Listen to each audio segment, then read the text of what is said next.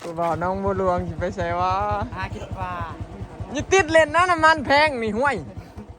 ผ้าออกไปเส้นเลยนี่ยังจะได้ไปถ่าเขาอีกเลยนี่ใจเย็นๆไปถ่าไปเท่าเลยตีเท่าเลยก็จะไป ซิมอนไป เดี๋ยวจะไปสู่ซิมอนพันไซต่อพี่น้องเอารถสลิง2 คันนี่บอกโก้อันนี้เฮ้ขอยซื้อใหม่เลยนี่โก้ฮักกาเฮ้นี่แล้วซื้อมาสั่งเขาซานให้คักบ่สั่งเขาซานให้ยังไม่ได้ออกงานเลยนี่ ข้างแรกมาดิ ไว้ข้าง ไปเปิดตัวเลย ไว้ไปเปิดชดให้มันนี่ ไปเปิดตัว เปิดชดให้แฮเลยนี่ ไปเปิดตัว พอดี ไปห่วยได้เนี่ยนะ แมนหวยพ้องเด้อเถอะน้ำเหี่ยไปเดี๋ยวสิขี่ซาเล้งบอยพี่น้องรถ2 คันเนาะอันเนี่ยสิขี่ก็ครูแฝดแล้วก็บอกโก้คนโก้เดี๋ยวไปสู่วอซิมอนมาใจปามสีเร่งๆเนี่ยน้อยหนึ่งมาโอ้ผ้าลงคลองตัวไม่ไปทางนี้ติทางมันเนี่ยนี่มันขี่บอกก่อนปิ๊กจะอยู่ไปเขาผมแป้งเนี่ยมาครับ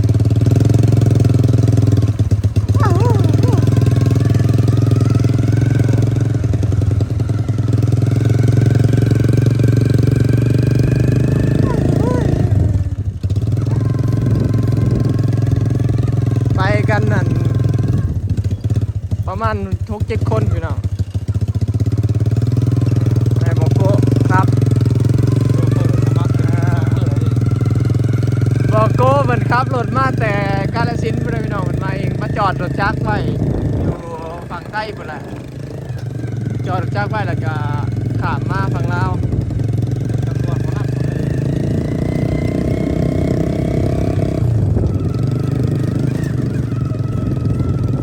ไปลุงกินปลาไป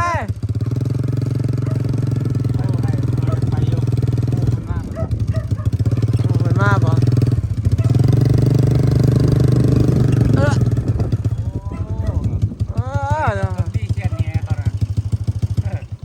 เสี้ยนเซิร์นยังได้ผ้าหมูไปจีกะจีอยู่น้าเปล่าผ้าหมูไปจีกะจียังคิดว่าเสี้ยนแห่กล้าเบ้าว่ะ มากล้าเนี่ยมันพาข่อยไปกินมาเว้ย เนี่ยจะไปมันผม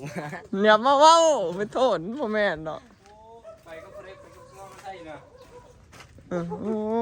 ยเชียนแห่บ่นี่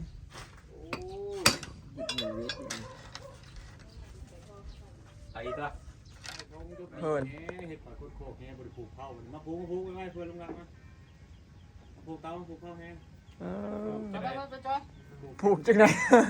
ถือแห่มาผูกเฝ้าไปเป็นหลักแห่มันตอนเริ่มมาผูกจังไดพอโอ้ยมันบ่เคยเลย คือเป็ดตายแค่นี้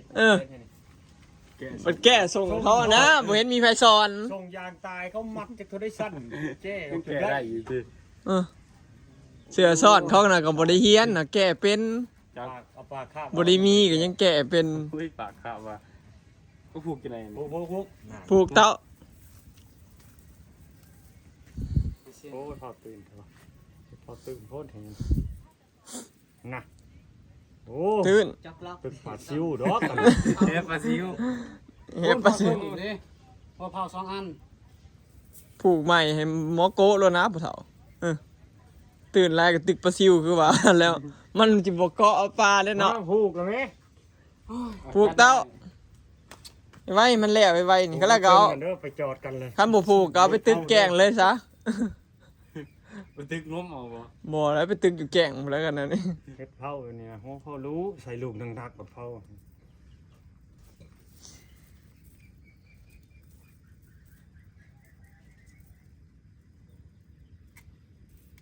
พกผูกให้มันได้ทกหน่อยเด้ย ใช่ทกมันยังแก้บ่ได้หรอนี่โอ้ย เรื่องวุ่นของไม่รุ่นตึกเฮเมียให้เงินมาจากบาทสิไปซื้อเบียร์น่ะ บริหารเข้าป่า โอ้ยไปนี่ไม่เมื่อน่ะ ไม่ไปเลย นี่คือพ่อจ้อง าย จากชามโอ้ยมีชื่อมาแล้วว่าเดี๋ยวนี้ ซื้อให้กินเท่าไรก็บ่ยัง ไล่เมื่อเลยนะมีเงิน ไล่เมื่อโกะ โอ้ บ่ให้ติดก้นรถน้ำได้นี่นะ ยังเดือดมันเบิดแนว ลังเทื่อน้ำมันจักเบิดตายแล้วเลย โอ้ บางเทื่อรถเดซมอลเล่นี่นะ สิได้เอาแฮแรกกับอันรถแป้งรถเอาแฮจำไว้นั่นนี่ นี่ก็เอา โอ้ยเขาแหง แล้วก็เอาคนแล้วจำไว้เนาะโกะเอาหมอเตาแล้วหยุด รับ ถ่า มือนี่หัวเผาย่อยย่างๆรถมือใหม่ครับให้ลึงรักตึกจังบอลย่อยจุดโตตึกมันจังได้กับหัวเผารู้แตะพื้นเลยเงินปืนสาวครับ ลูกแม่นให้เฮาดอกนะ วาดภาพสิอุ้มน้ำจุดคลองดิบแหล่หล่น น้ำตัวใดกอไผ่ก็โยนห่ำเข้าไปเลย ตึกครับ สอยเนาะเอามาเราก็เฮ็ดเราก็สู้เป็นอยู่ โอ้ เฮ้ย ยแล้วหน้าคือร้อยแทบตายสิได้เข้าสโลมได้ว่ะ คนเคยเฮ็ดเวียกบ่ได้เฮ็ดเวียกแล้วมันอยู่ซื่อๆแล้วเมื่อยเขารถตื่นมาเพิ่นบ่ได้เฮ็ดเวียกซะนะ หาเวียกให้เราอีกเนี่ยไปหาเวียกปตซีเนี่ย อีหลีเด้แต่กี้ไปอยู่6สีใหญ่น่ะแบกเขานักอันมือใดหยุดงานนี่คือว่าลุกบ่อยากได้โลด แล้วก็เฮ็ดบ่ได้อีกมื้อต่อมา มื ก็ ต่อมาอยากเฮ็ดก็เฮ็ดง้อย่อบ่อยากขึ้นมันเฮ็ดคู่มือเด้อไป คือใครก็เฮาดำนาแล้วสิแล้วเลยพักเสร็จแล้วมาเฮ็ดใหม่นี่ หนูกัดบ่วะ บ่ แม่น กัด ว่า แมวจริง เพื่อน หนูพอเราเลิ่นเราบ่ได้ออกงานแต่สิได้แหละตั้งแต่เฮ็ดงานเป็นปี เล เลย ย ไว้น้ำมักเอาไปไว้อยู่ตู้ได้ลุงไว้อยู่ตู้หนูเขาไปกัดเฮ็ดงานเบิด อันนี้ก็จะได้ตู้ อ้าโอ้ยจังได๋ก็มุน เราบ่ห้อยไว้ ห้อยไว้เป็นแหไว้สิไปหาไว้ดิวัน นี่ นี้ ก็อยู่ในนั้น เราไว้ดีขนาดเนาะ เราไปกรุงเทพนะแหเราใหม่ๆไปอยู่ตู้ม่าน นี่ใช้เงินนะถือมายุ ไม่ได้ถือเงิน ไปงูมือเอาเกิดการกลับมือก็ ไปกูละ50 บาทจ้อยรถกูย่างหัวนี่เว้นแล้วได้นี่นะสิได้จำคนไว้ได้บัดนี้กันช่วย มาจำเจ้าของรถไปแล้ว ไว้ผู้ขี่มานำเนาะเจ้าของรถก็สิได้โง่มาเอาเงินเลย ของรถรู้จักถิ่นเนาะ บอกแล้วบ่ได้ไปถิ่นเฮาได้ชิมเฮาสิไปหวยได้นี่ตัวเคยไปบ่หวยของนั่นว่าแล้วเจ้าถิ่นบ่ได้จักแล้วเจ้าถิ่นแต่ในหวยแล้วสร้างเขาบ่ได้สอนเลยเจ้าบ่ได้จักถิ่น2 4 6 7 8 9ทั้งพ่อเฒ่าเลยพี่น้องเดี๋ยวสิพามาเบิ่งเนาะว่าต้นนี้ถาว่าพ่อเฒ่าเลยอยู่มาเบิ่งเฮาเตรียมไปก็คือข้าวนอนลักๆคือข้าวแนวกินนี่บ่ถือพี่น้องมันสิบ่มานแล้วก็มีแต่ข้าวนี่แหละกับเฮเนาะ พี่มอนจับไก่ อันนี้ก็เฮอันนี้นะเสบียงเนาะเสบียงอันมักพริกแป้งนัวล่ะพี่น้องเฮาที่เฮาเตรียมลงไปเฮ็ดกินอยู่พุ่นเนาะ จี้เขาอีบอยเลย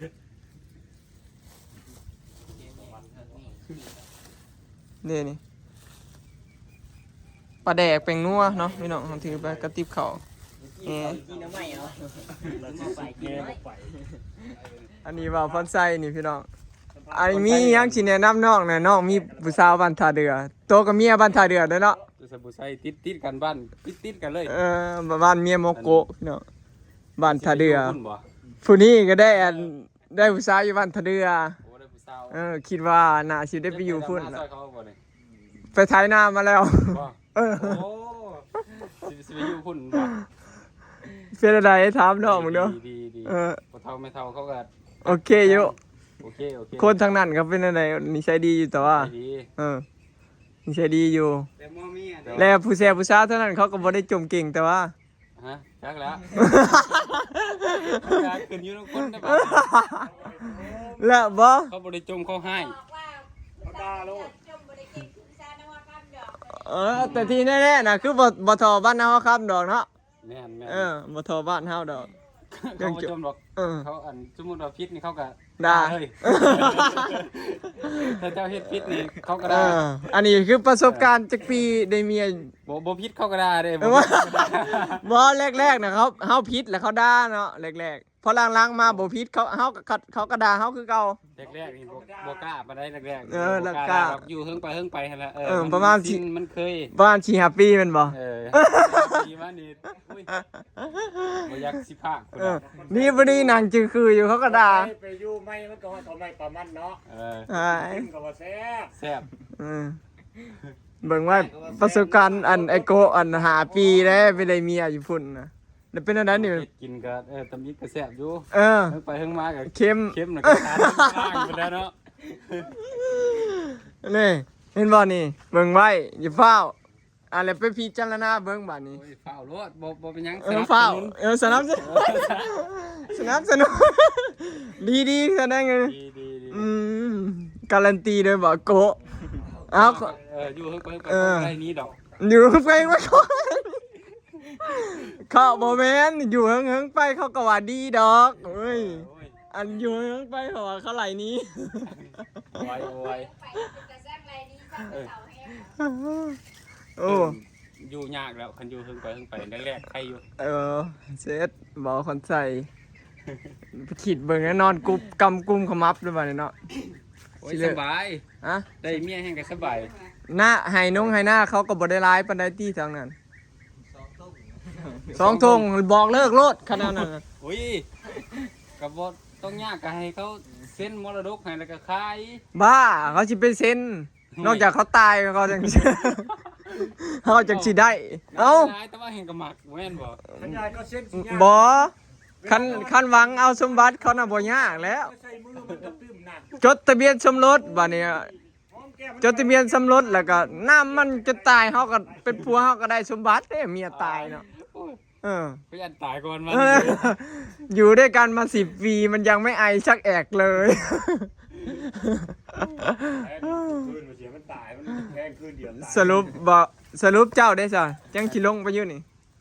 หรือสิให้หมอพรชัยลงแทน เป็นตัวแทนแมันบ่อยู่ ไปแทน ไปอยู่สาเดือแทน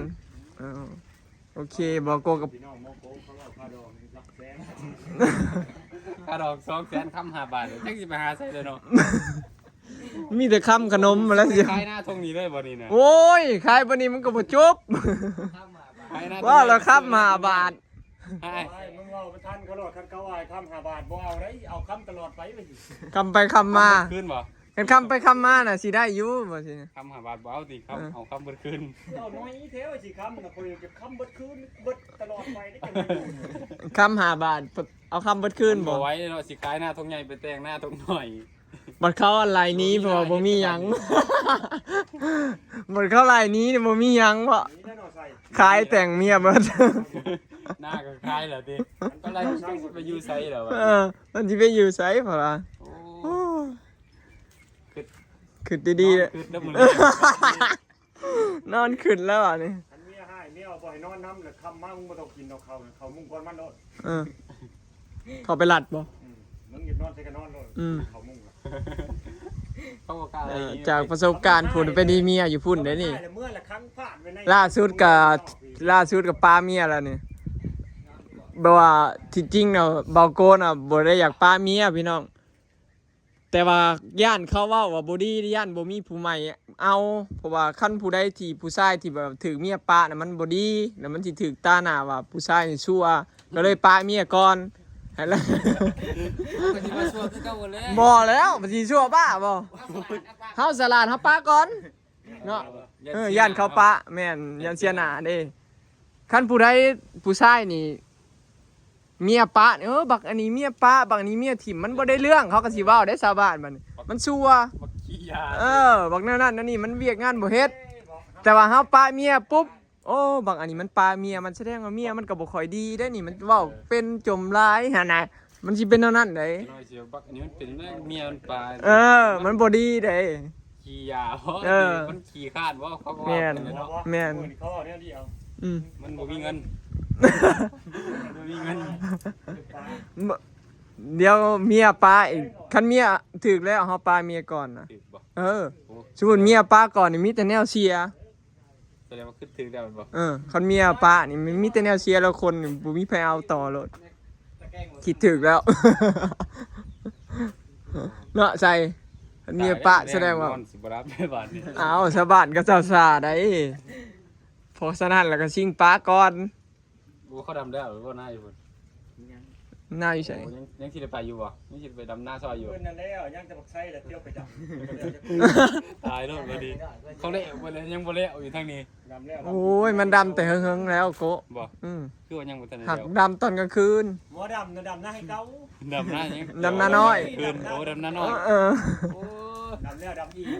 แล้วดำอีกไปเลย ดำแล้วก็ดำอีกดำแล้วก็ดำอีกหรือดำไปดำมาพออยากให้แม่ไปขอ ซุมพ่อมาว่าดำหน้ามันทันได้แล้ว เออ โอ้ย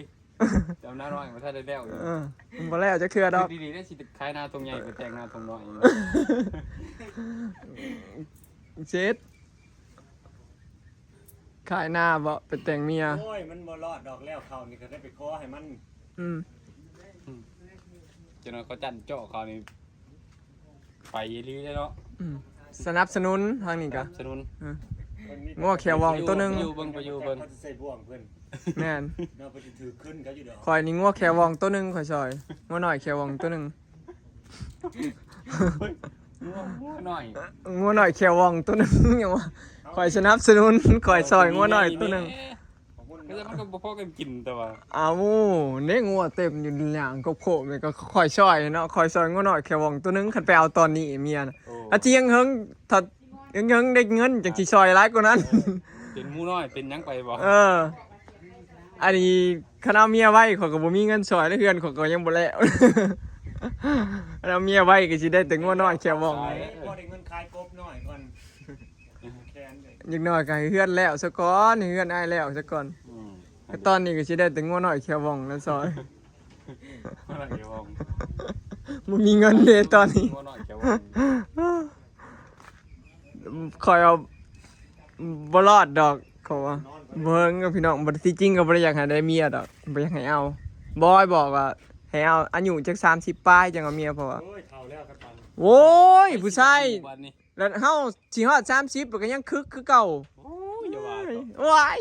สิเจียว่าอายคือเก่า ว่าเสื้อดอก โอ้ยก็ยังอยู่บ่เชื่อมาสองก็ได้ บ่ อาลีได้นี่บ่แม่นเว้าเล่นได้ผู้ชายเฮานี่แบบ5-60ก็ยังแบบยังอันนั้นได้คือเก่ายังมีเมียได้คือเก่าปกติเพราะว่าบ่ได้แม่นผู้หญิงได้หำ เดี๋ยวเด็กหน่อยเนาะ เอาตัวแม่นเข้ามาบ่ผู้หญิงบ่งามบ่หนุ่มมีคนอยากได้อยู่ บ่ แน่ผู้หญิงนี่เขาเจ้าสิมีอัน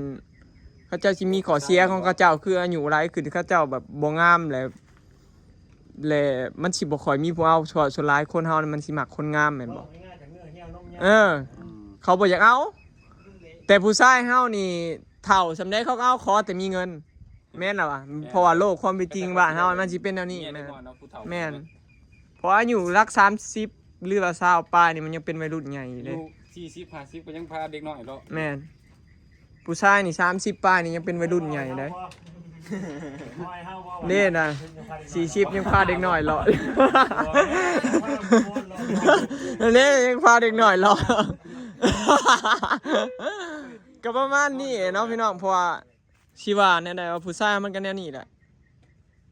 คันมีเงินน่ะมันอยากได้งามสุดได้ก็ได้แต่พอโลกเขามันเป็นอันนี้เงินมันซื้อได้ทุกอย่างมันซื้อบ่ได้แสดงว่ามันบ่มากพอ จริงๆก็บ่อยังให้พาวนะถ้าหาประสบการณ์เฮาเอาเมียอายุ23 24เฮาก็ยังว่าเฮาไวเด้เฮาอายุเอาเมีย23 24เฮายังว่าเฮาเอาไวอยู่ ได้ เด้ จักปี ที่จริงก็จะ30 ปี30กว่าปีถ้าแม่นเราย้อนไปได้จัก35 ปียังสิเอาเมีย วันนี้คือเอาก้อนเลยค่ะ เอาก็มันบ่ฮู้เด้บ่มีใครบอก อันนี้ก็ยังโอ้โห เด้กับประสบการณ์นี่เด้นี่ก็บอกประสบการณ์เลยนี่ เมื่อนี้มันอยู่บ่ฮอด100ปี5ปีเอาโลด อันดิ เลิกสิเสียดาย อันเด้นะ ผู้เฝ้าอยู่เด้ พี่น้อยน่ะบ่ฮอด300นัดตายปลาได้ เดี๋ยวสิพากันลงหวยพี่น้องเนาะคลิปนี้ก็บ่นัวหัวม่วนกันแล้วก็มาบอก FC ว่าสิลงหวยแล้วรอติดตามเบิ่งเนาะคลิปหน้าพี่น้อง นี่เอาไป 8คน9คนเนาะรวมแล้วก็ไปเบิดแก่งพี่น้องทั้งทีมงานดำหน้าแล้วก็เบาโกะมาแต่ไทยพอดีเนาะมาแต่เฮ็ดงานพอดีลงนํกันพี่น้องพอทะเลินเพิ่นก็เขาไปเฮ็ดงานอยู่ในเฮือนนั่นแหละไปเฮ็ดตูบให้บ่อยเนาะสงสัยสิกลายเป็นบ่อนกิว่าสิเป็นอันน่ะ อยู่หันแล้วไป ไปแล้วพี่น้องสบายดีฝากติดตามเป็นกำลังใจให้หน่อยเด้อเนาะบอกโกซ้อนน้องชาย โอ้ยไม่ แต่น้องชายบัด โอ้ย อยากได้เมีย ตาย